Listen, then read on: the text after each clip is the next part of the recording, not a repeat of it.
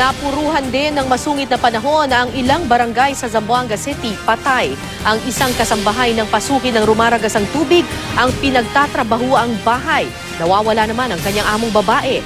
Yan at iba pang balita sa probinsya ang tinutukan ni Sherry Ann Torres.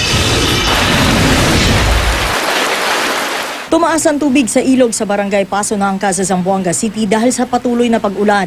3 bahay ang natangay kaninang madaling araw. Sinubukang hilahin ng mga residente ang bubong na isa nasirang bahay sa tabing ilog pero di nila ito kinaya.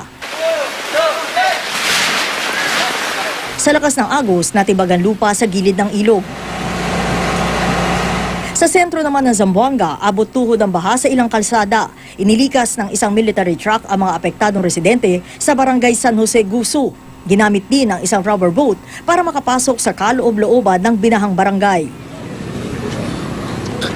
Sa barangay Camino Nuevo naman, wasak ang 2 bahay matapos madaganan ang natumbang puno sa lakas ng hangin kaninang umaga. Mabuti na lang at walang nasaktan sa insidente.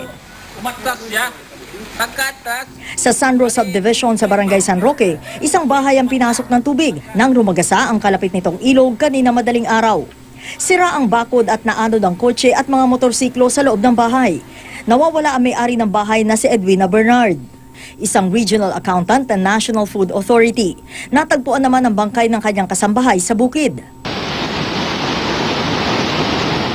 Umapaw rin ang ilog sa bayan ng Magpet sa North Cotabato. Stranded ang mga motoristang di makatawid sa rumaragasang tubig sa barangay Kisandal.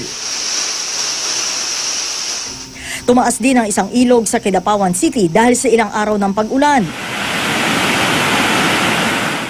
Sa bayan ng President Roxas, nasira ng pagragasa ng Kabakang River ang dike sa tabing ilog nitong weekend.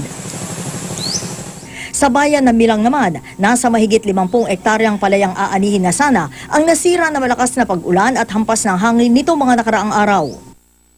Sa Isabela City, Basilan, umapaw ang Aguada River sa mga katabi nitong barangay. Nagmistulang nasa gitna ng ilog ang isang bahay. Perwisyo rin ang landslide sa ilang lugar. Suspendido ang klase sa lungsod ngayong araw dahil sa sama ng panahon.